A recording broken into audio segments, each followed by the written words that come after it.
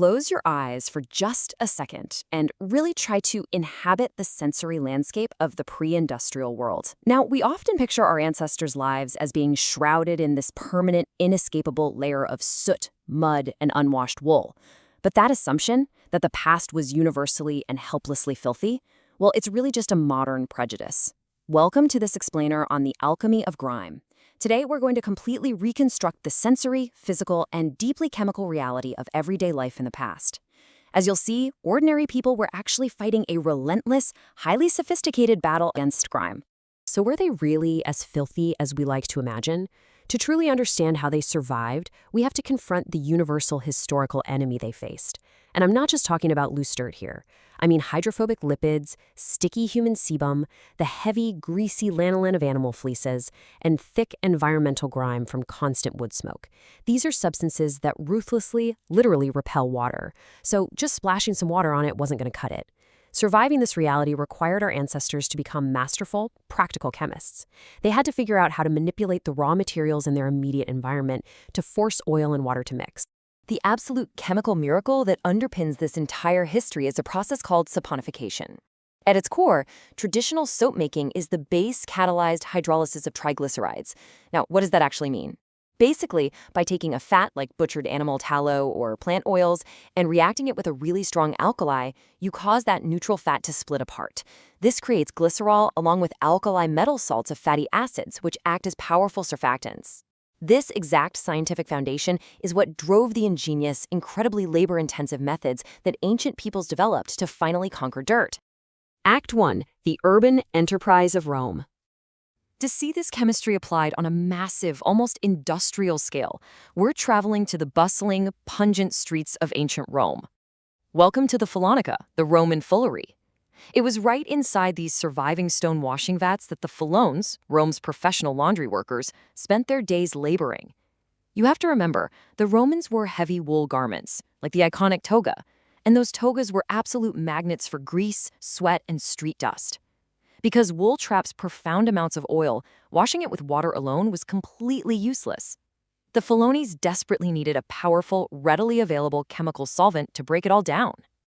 And believe it or not, they found that perfect solvent in stale human and animal urine.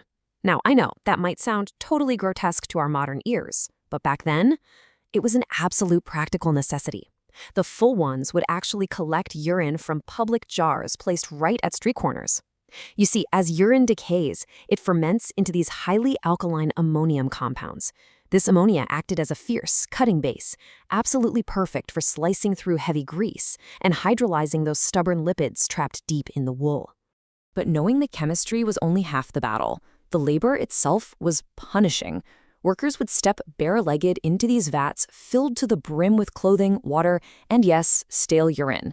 There, they executed what was called the saltus phalonics, the fuller's dance. They trampled the cloth with their bare feet, using their own body weight to force that alkaline liquid through the fibers. Next, the garments were treated with fuller's clay to absorb any residual oils. And finally, the damp white garments were draped over wicker frames inside closed rooms and exposed to burning sulfur vapors. This effectively bleached the fabric, achieving a dazzling, pristine white. This wasn't some marginal side hustle either. This grueling work was a highly profitable, heavily regulated urban trade that was absolutely central to the Roman economy. In fact, it was so lucrative that Emperor Vespasian famously levied a specific tax on the collection of urine from public restrooms.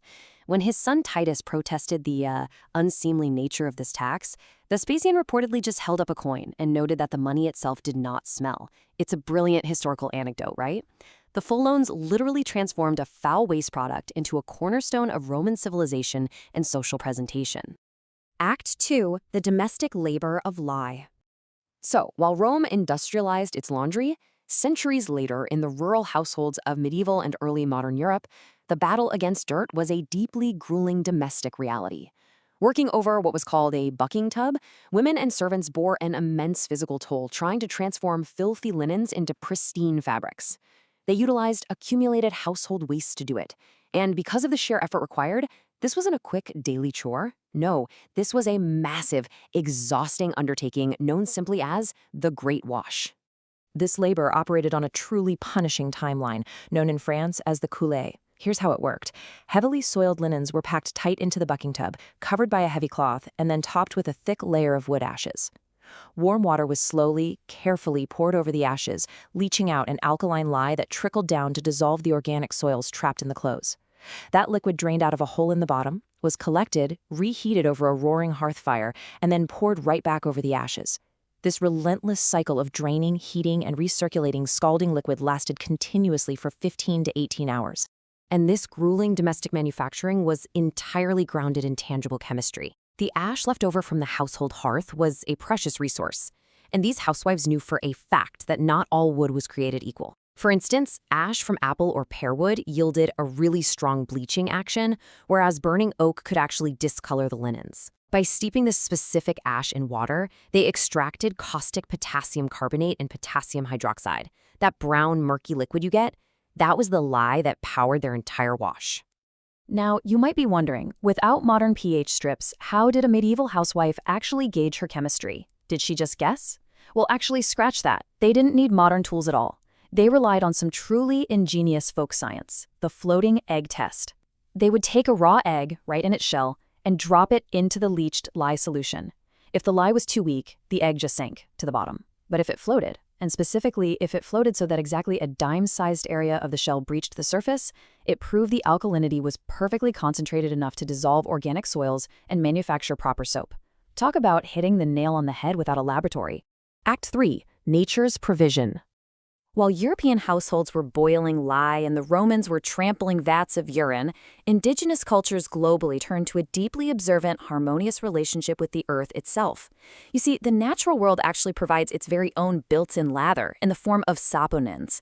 These are plant-derived steroids that, when you mix them with water and agitate them, create a wonderfully stable froth that acts just like a natural detergent.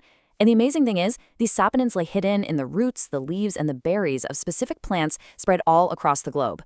Looking at this reveals a really striking parallel of human ingenuity across completely disconnected geographies. Over in Europe, foragers harvested soapwort. It's a perennial plant whose roots and leaves produce this incredibly gentle green lather. It was so wonderfully effective that it was traditionally used to clean the most delicate woolens, and remarkably, it remains in use by conservators today to restore fragile antique tapestries. Meanwhile, in Ocean Away, indigenous groups in North America independently identified and utilized completely different plants that possessed the exact same chemical properties. A perfect example of this is the Californian soaproot, which is just a marvel of natural utility. Native American tribes, including the Miwok and Kuruk, utilize the brown, fibrous bulb of this plant extensively.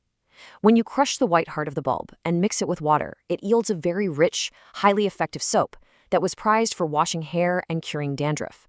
But its utility was absolute.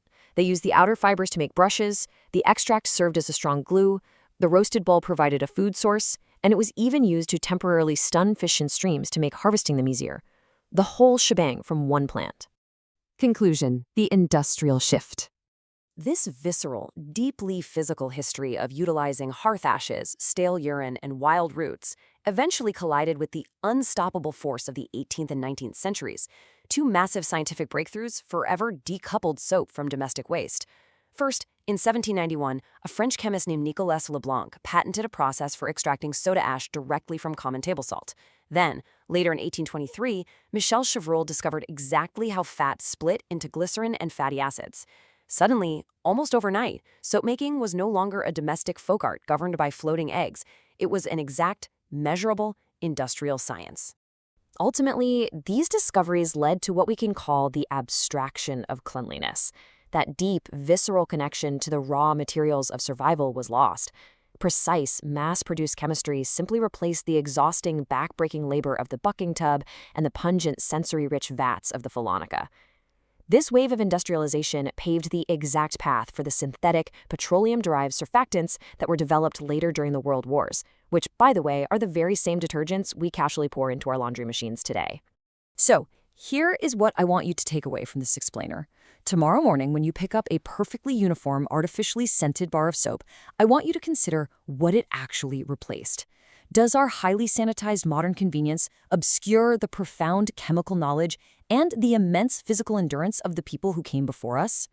Our ancestors, they weren't just passively sitting around in filth. They were master chemists of their environments, actively turning waste and wild weeds into the very fabric of civilization. I really hope this journey leaves you looking at your next load of laundry in a completely different light.